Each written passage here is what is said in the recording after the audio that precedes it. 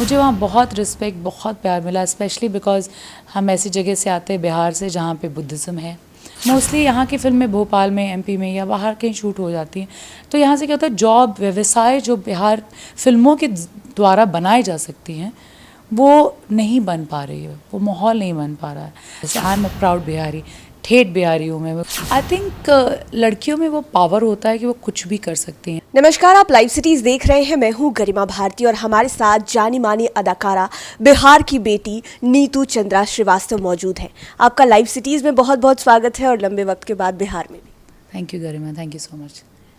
पहले बिहार, उसके बाद बॉलीवुड और साउथ की फिल्में और अब अचानक से हॉलीवुड, कैसा लग रहा है, कैसा अनुभव है ये और कितना आसान कितना मुश्किल? हाँ, ये तो काफ़ी लंबी जर्नी है जो आपने एक लाइन में पूछ ली है, लेकिन आइडिया यही था कि बचपन में जब मैं ताइक्वांडो करती थी, मुझे लगता था कि डिस्ट्रिक्ट खेल रही हूँ तो अब मुझे स्टेट खेलना है, स्टेट लेवल पे जब गोल्ड आ गया तो मुझे नेशनल्स खेलना था, नेशनल्स खेल रही थी तो मुझे इंडिया रिप्रेजेंट करना था, और मैंने सब किया था। ये वही जर्नी है एक डिफरेंट रूप में। उस वक्त मैं स्पोर्ट्स स्टार बन गई थी, अब मैं फिल्म स्टार बन गई हूँ। I think journey has just been repeated in that way. And जिस तरह का वो स्पोर्ट्स का एक नेवर गिविंग अप एटीट्यूड होता है, और लगता है कि इस रिस्पॉन्सिबिलिटी, डिसिप्लिन और ड्राइव होता है, उसी को लेते हुए मैं बिहार से बॉम्बे पहुंची, जहाँ पे मैंने गरम मसाला में लॉन्च हुई अक्षय कुमार और जौहरी इब्राहिम के साथ, फिर ट्रैफिक सिग्नल, फिर ओएला की, फिर साउथ में कुछ अच्छे कंटेंट्स बन रहे थे। तो शेखर कमला जो मेरे फर्स्ट डायरेक्टर थे तेलुगु में, उनको नेशनल अवार्ड मिला था, और वो एक ऐसी लड़की ढूंढ रहे थे जिन्होंने इंडियन और वेस्टर्न लुक दोनों हो। तो उन्होंने मुझे ऑडिशन किया and I did Telugu film which was a national awarded director. फिर मैं पौंडीचेरी में 1, 2, 3 शूट कर रही थी, तब विक्रम के कुमार, जो आज के टाइम में सूर्या और नागार्जुना सर के साथ बहुत सारा काम करते हैं, उन्होंने मुझे कुछ स्टोरीज़ सुनाई, पौंडीचेरी आ गए तो मैंने साउथ की फ़िल्म की। फिर मैं हॉलीवुड करने लगी, क्योंकि बॉलीवुड में बहुत कम एक्शन फिल्में बनती थी, और हाँ, लड़कियों के लिए तो बिल्कुल नहीं, मतलब लड़कियों की ही बात कर रही हूँ कि उसमें तो बनती ही नहीं थी। तो मुझे लगा कि एक्शन मैंने एक बचपन से किया। आई am a black belt 4 dan in taekwondo. आज मैं ताइक्वांडो फेडरेशन ऑफ इंडिया की ब्रांड एम्बेसडर हूँ, लेकिन मुझे एक्शन फिल्म करने का मौका नहीं मिल रहा है। तो मुझे कहीं ना कहीं इनकम्प्लीट फील होता था, कहीं सैचुरेशन लगता था कि there is something which is missing. तो मैं 2017 में मैंने इरफान सर को मैसेज किया था कि सर मुझे ना आप हॉलीवुड में काम करते हैं तो मुझे मिलना है वहाँ पे लोगों को, can you get me introduce. तो उन्होंने मेल किया था कि she is a very good actress, you must meet them. मैं पहली बार मिलने गई थी ब्रिलस्टीन मैनेजमेंट से, जो मेरा काम संभालती हैं। And then I came back, क्योंकि उस वक्त कुछ नहीं हो पाया था, they needed a work visa, ये करो, बहुत सारी फॉर्मेलिटीज़ करनी थी, दे नथिंग हैपन। देन 2019 में मैं वर्क वीज़ा बना के और बहुत सारी और सेटअप करके फिर मैं गई वहाँ पर, and then I started living there. 2019, 20, 21, अब 22 हो गया। सो लास्ट के 2-3 सालों में मैंने अपने आप को as an action actor present किया। और जब मेरी डायरेक्टर प्रोड्यूसर मुझसे मिले थे, David Zulon and Kelly Madison, तो मैंने उनको बोला I am very good, I am a black belt 4 dan in taekwondo and you will never regret working with me. तो उन्होंने मुझे ये फिल्म दी। नेवर बैक डाउन रिवॉल्ट आपकी फिल्म का नाम है और आप उसमें जया का किरदार निभा रही हैं। तो कितना आसान रहा या कितना मुश्किल रहा उस किरदार को निभाना? और साथ ही मैं ये भी पूछना चाहूँगी कि हॉलीवुड में जो कलाकार काम करते हैं उनका रवैया कैसा है इंडियन लोगों के प्रति या फिर इंडियन कलाकारों? That's a very good question, because Hollywood में जितने भी एक्टर्स हैं, चाहे वो मेरिल स्ट्रीप हों, जब भी मैंने किसी से बात किया, या जेनिफर लॉरेंस हों, या जितने भी बहुत सारे लोग, माइकल बिस्पिन हो, केली मैडिसन हो, सब लोगों को इंडिया आना है, सब लोग इंडिया आना चाहते हैं। उनको बहुत अच्छा लगता है यहाँ का स्पिरिचुअलिटी, यहाँ का culture, music. They love Bollywood music, they love people, they love the clothes we wear, food we eat. India, आप यूएस में चले जाइएगा तो इंडियन रेस्टोरेंट्स में नॉन इंडियंस लोग ज़्यादा बैठे रहते हैं, क्योंकि they love Indian food. And I personally feel that it is so important कि हम लोग अपने कल्चर को, म्यूज़िक को, फूड को, सब को बहुत ज़्यादा बढ़ाएं। That was the first. What was the second question you asked me? मैंने पूछा कि रवैया कैसा रहता हाँ, है? यही है कि वो लोग आना चाहते हैं इंडिया और उनके अडॉर करते हैं लोग, हाँ दे आपको बहुत लव। प्यार मिला। मुझे वहाँ बहुत रिस्पेक्ट बहुत प्यार मिला, स्पेशली बिकॉज हम ऐसी जगह से आते हैं बिहार से जहाँ पे बुद्धिज़्म है, people follow Buddhism in a big way. इस तरह से वो बिहार को जानते हैं। उसके बाद मेरी डायरेक्टर्स प्रोड्यूसर्स सब बिहार को जानते हैं, और द फूड द कल्चर, ये सारी चीज़ें जो मैं, तो I think they want to come here and explore the world. ये केरला की तरफ जाके उनको योगा और ये सारी चीज़ें, फिर मुंगेर आना चाहते हैं। तो ये बहुत ही आई थिंक बहुत ओवरवेलमिंग फीलिंग है कि इंडिया से बाहर जाओ तो वहाँ के लोग यहाँ कितना आना चाहते हैं। It's a great feeling. Neetu ji, मुझे वो समय याद है जब हमने आपको रंगोली वाले स्क्रीन पर भी देखा था, और अब आपका एक बोलते हैं ना कि बिल्कुल चेंज हो जाते हैं लोग, यहाँ से वहाँ तक पहुँच जाना, और वो वाली नीतू चंद्रा, और अभी जो हॉलीवुड में काम कर रही है, देशवा और मिथिला मखान जैसी फिल्मों को प्रोड्यूस कर चुकी है। और मैं अगर बात करूँ बेजोड़ की, वो तो बिल्कुल एक रिवोल्यूशन है बिहार के कल्चर को दिखाने के लिए। उसके लिए तो सबसे पहले बहुत बहुत मुबारकबाद आपको और हम सभी को कि हम उसको देख पा रहे हैं। तो ये जो चेंजेस आपके भीतर आए, हम इसको पर्सनल चेंज माने या फिर कैसे आपको क्या मदद मिली है कि आप वहाँ से यहाँ तक आ पाए? तो जहाँ तक बेजोड़ का सवाल है, इसका जो नींव है वो मेरे भाई नितिन चंद्रा ने ही रखा था, क्योंकि he studied from Pune university, then he top the university, studied from Toronto film school. उसको बहुत सारी हिंदी फिल्मों की ऑफर्स थी, लेकिन हम लोगों ने डिसाइड किया कि हमारी भाषाओं को हमारी ज़रूरत है। जब हम लोग यहाँ बढ़ रहे थे तो भोजपुरी के जब पोस्टर्स देखते थे तो हमको लगता था हम इससे कनेक्ट नहीं कर पा रहे, क्योंकि हमने ऐसे लोगों को नहीं देखा है। ये कहाँ के लोग हैं जिनको ऐसे दिखाते हैं और बोलते हैं कि बिहार से आते हैं। तो मेरे भाई ने बोला कि तुम देखो या ना देखो, दिखाते तो वो तुम्हारे बारे में ही है। तो ये बात मुझे बहुत अटक गई कहीं से कि ऐसे कैसे दिखाते मेरे बारे में, मैं तो नहीं हूँ ऐसी।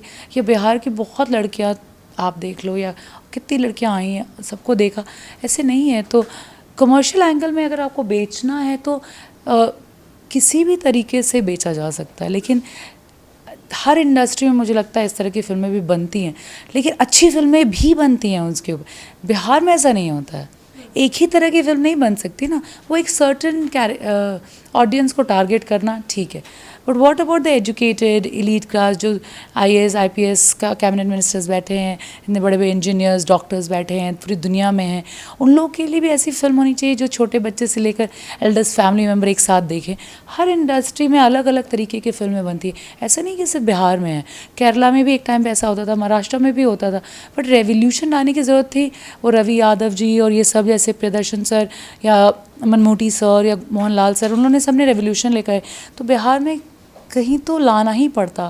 तो आई थिंक नितिन और मैंने डिसाइड किया कि we are going to produce films from Bihar in the languages of Bihar, shoot in Bihar, और बिहार के थिएटर आर्टिस्ट हों, म्यूज़िक, हाँ भाई, in Bihar with the artist from Bihar, और फिर यहाँ पे जॉब क्रिएट कर सकते हैं, बहुत सारी चीज़ें कर सकते हैं, एक माहौल बना सकते हैं, क्योंकि मोस्टली यहाँ की फिल्में भोपाल में, MP में या बाहर कहीं शूट हो जाती हैं।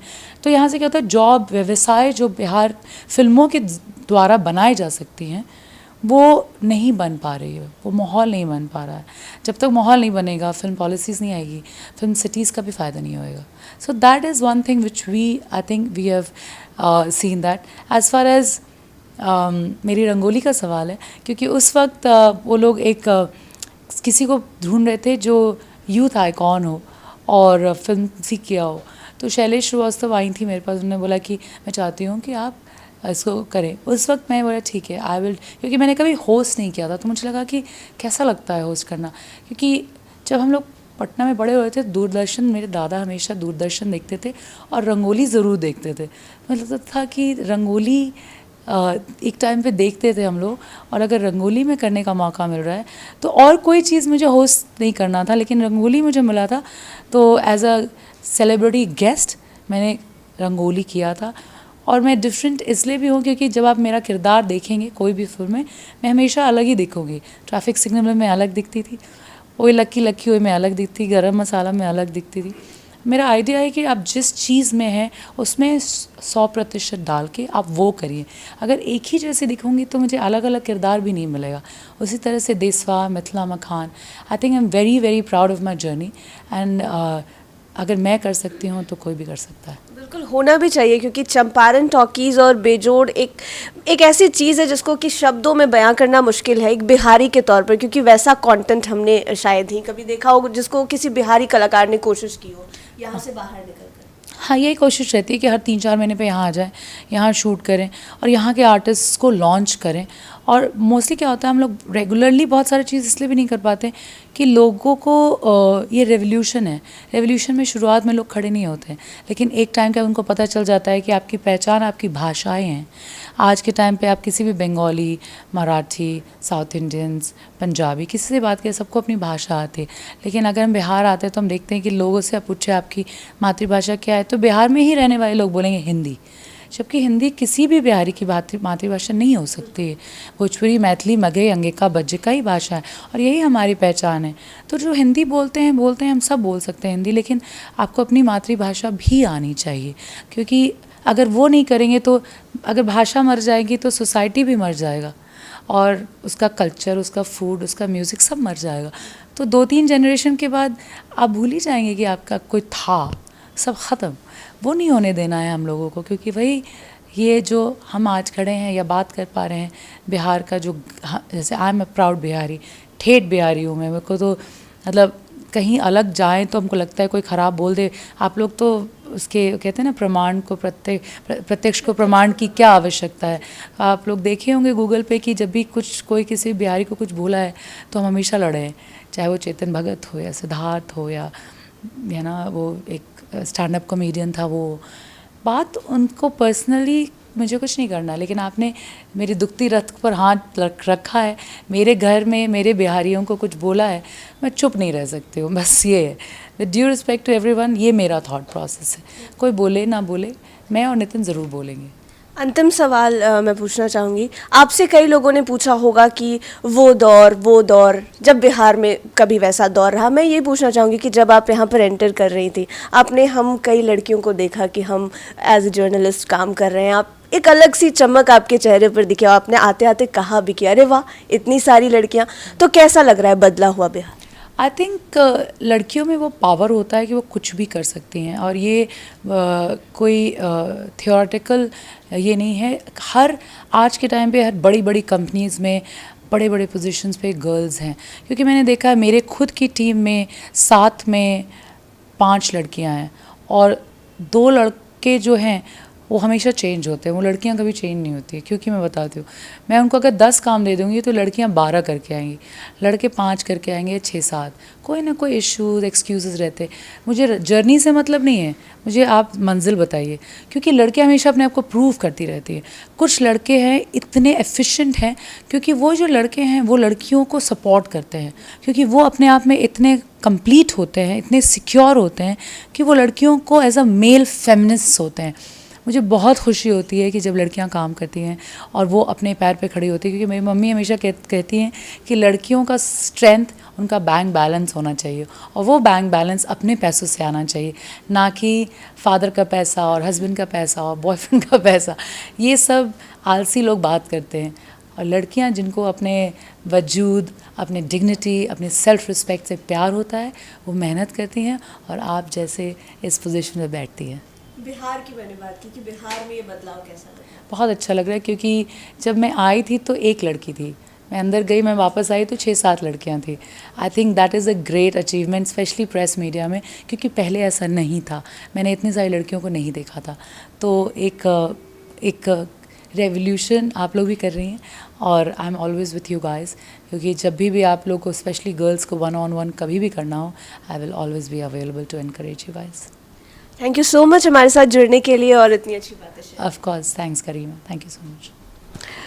तो हमारे साथ नीतू चंद्रा थी, इन्होंने अपनी जर्नी शेयर की है और बहुत अच्छी बातें इन्होंने की हैं। तो आप हमारे साथ बने रहें। अगर अभी तक आपने हमारे चैनल को सब्सक्राइब नहीं किया है तो ज़रूर कर लें। आप हमें ट्विटर और फेसबुक पर भी फॉलो कर सकते हैं। धन्यवाद।